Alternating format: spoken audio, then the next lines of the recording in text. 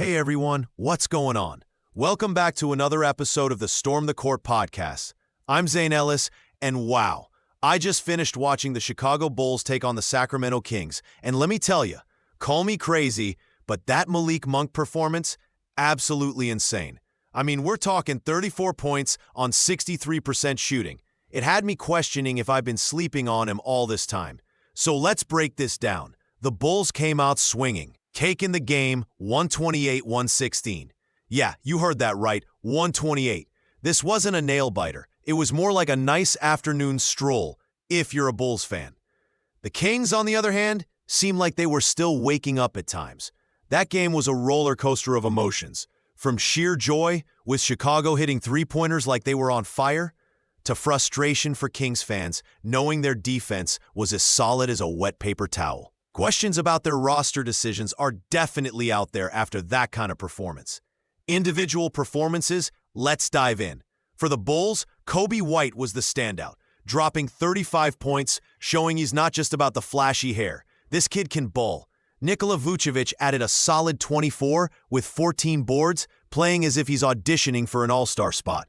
Meanwhile, for the Kings, Malik Monk led the scoring, which is impressive.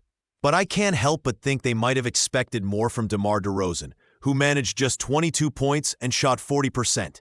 Again, he's DeRozan, so it's hard to hold him to an off night too seriously.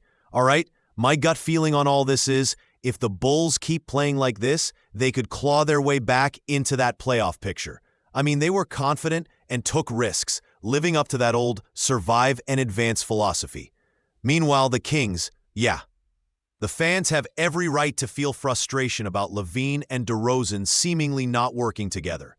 Their defense is leaky, and fans were calling out how there's no way this lineup can hold up against tougher competition. One thing is for sure, Chicago fans have something to be excited about. Kevin Huerter looked on the C-Sid as well, contributing 25 points and showcasing why the Bulls probably should have regretted ever trading him. Should have known better, right? But let me get sidetracked for a second. Can you imagine bringing back that old-school Bulls lineup for like a charity game? Just picture it. Jordan, Pippen, and Rodman all back on the court. Would the new guys even stand a chance? I digress, but it's wild to think about. The game has changed so much. As we wrap up, there's a lot of potential left in this Bulls squad. And if they can keep the momentum going, watch out. But the Kings?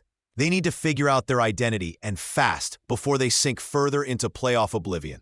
All right, that's going to do it for today's episode. We'll be back soon with more hoops talk, hot takes, and plenty of laughs. Thanks for tuning in.